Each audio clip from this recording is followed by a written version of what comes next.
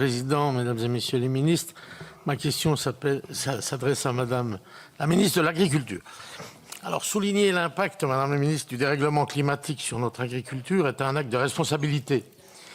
Mais sans réponse concrète, adaptée à chaque territoire et construite avec l'ensemble des acteurs concernés, nous nous condamnons à subir des catastrophes annoncées. Nous en porterons collectivement la responsabilité.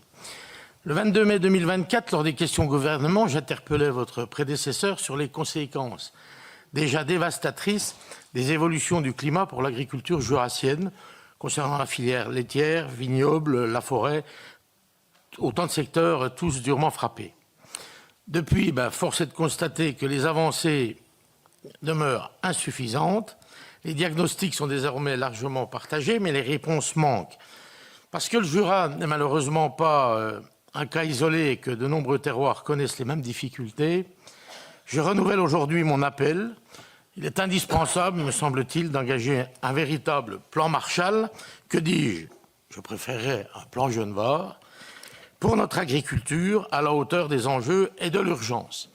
Ne pensez-vous pas, Madame la Ministre, que ce plan pourrait être élaboré sous l'autorité de l'État dans un pilotage départemental, échelon le plus pertinent pour prendre en compte les réalités locales, associant bien sûr les organisations professionnelles, les organismes techniques, les agriculteurs, les universitaires et les scientifiques, filière par filière.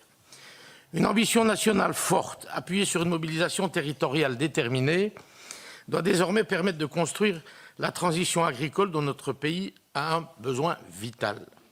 Le chantier est colossal, certes, mais il est incontournable si nous voulons préserver durablement notre agriculture et garantir notre souveraineté alimentaire. Avec cet objectif, le département du Jura et toutes ses forces agricoles est prêt à s'engager à vos côtés, Madame la Ministre. Ma question, elle a déjà été posée, Monsieur le Président. Il y avait un point d'interrogation qui laisse... Ne pensez-vous pas, Madame la Ministre, que ce plan pourrait être élaboré sous l'autorité de l'État, etc., etc. Merci. Madame la Ministre. Merci, Monsieur le Président. Monsieur le sénateur Clément Pernaut, merci pour cette question qui pose finalement la question de l'avenir de l'agriculture et la mise en œuvre, parce qu'il y a le quoi, mais il y a le comment, qui est tout aussi important. Sur le travail de planification que nous avons achevé cette année. Chaque filière a été invitée à dire ce qu'il faudrait produire d'ici à 10 ans pour pouvoir améliorer ou conserver notre souveraineté alimentaire. S'agissant du lait, puisque vous avez cité deux secteurs, le lait et la viticulture, s'agissant du lait, il est clair que la filière elle-même a évalué à 2 milliards de litres de lait supplémentaires qu'il faudrait produire d'ici 2035 au regard des besoins notamment de réduction du déficit en matières grasses.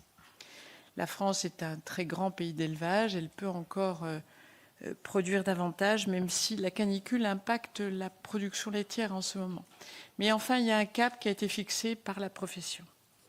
Pour la viticulture, c'est un peu plus compliqué. Là, il faut réduire les volumes et pas les augmenter.